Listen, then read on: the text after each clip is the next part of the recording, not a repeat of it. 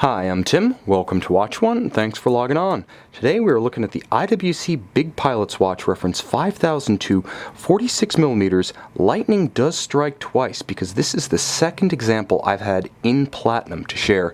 This limited edition of 500 can be seen on our website, watchyouwant.com. Purchase there, and if you enjoy these videos, please subscribe to our YouTube channel, Watch You Want Inc. You can also click on the card in the upper right hand corner of the video at any time to see our complete listing for this watch with additional photographs, details of pricing, and accessories included. Now on my wrist, 6 1/3 inches, 16 centimeters in circumference, this watch has incredible feeling of premium heft, of awesome mass.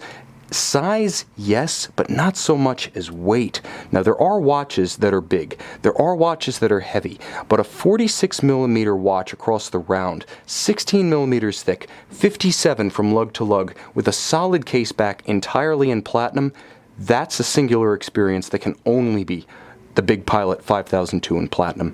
Now I was fortunate to have one with all blue accents, including blue matte dial, the other day. This is the more subdued brother to that one. Now just as hefty, just as premium, just as beautifully finished. The cases themselves are actually identical, as are the platinum clasps, but if that one was perhaps the Flying Circus, this aviator is maybe a little bit more Howard Hughes, keeping a lower profile, much lower in fact, as the black looks virtually identical to the steel version. If you like stealth wealth, this is your ticket right here. Now the watch does have a superb sheer cut alligator leather strap. You can see traditionally bolted in the fashion of the Big Pilot's watch. It's very thick, as you can see in profile from the folded layers. You can also see that on the case back itself, it is a very soft calf skin.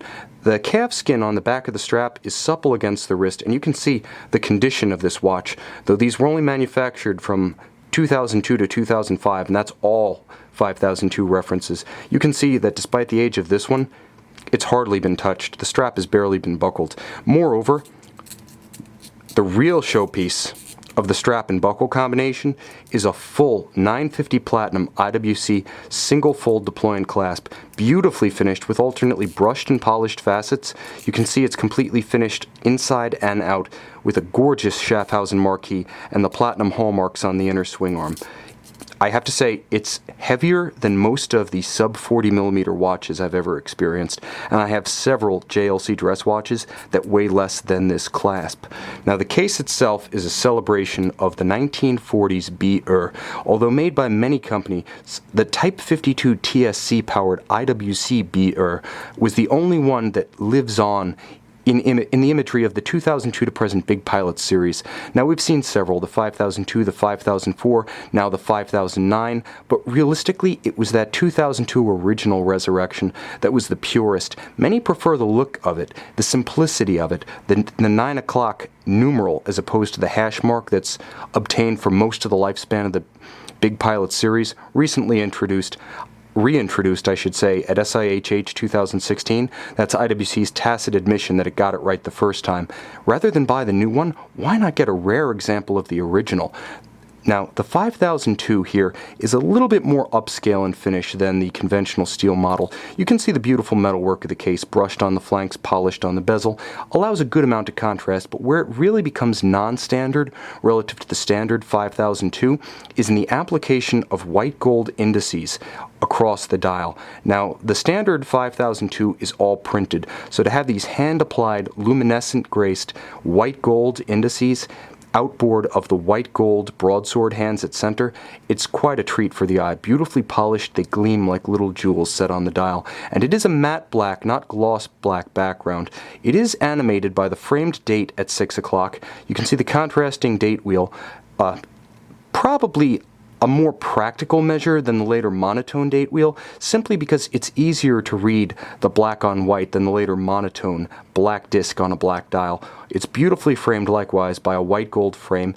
A mini white gold broadsword hand traces the 7-day power reserve, and it is a sunken sub-register, although you can't see it to good effect on the camera. It does have a concentric circular guilloche built into that sub-register for additional texture and visual animation. Now the watch features a gorgeous counterbalanced straight seconds hand, essentially a lancet design.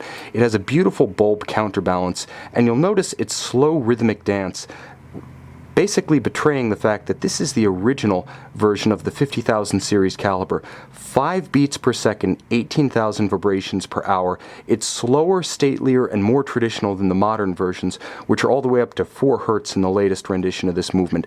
This looks like a vintage pilot's watch. You can see each individual beat across the seconds. It's stately, it's traditional, and when you hold it up against your ear, it's got that slow, big pocket watch beat to it, just like the original caliber 52 TSC on the original pilot's watches. You'll note that the crown is exceptional. First, let me get it in the frame. You can see that it's 10.2 millimeters across. It's all platinum. Now, granted, the watch itself is a heck of a lot of metal, but it really comes into its own when you realize that the caseback itself is also solid, and the caseback, weighing about 2 ounces, is literally worth more than innumerable lower-end luxury watches.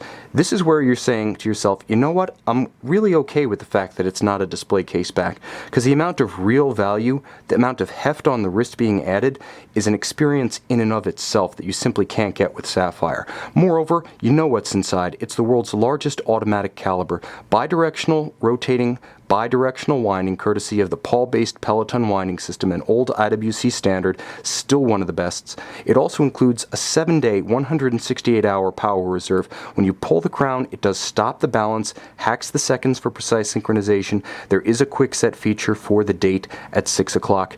Naturally, this is IWC's best inside and out. You can see this IWC Big Pilot's Watch 5002 entirely in platinum, one of 500 on our website, watchyoumwant.com.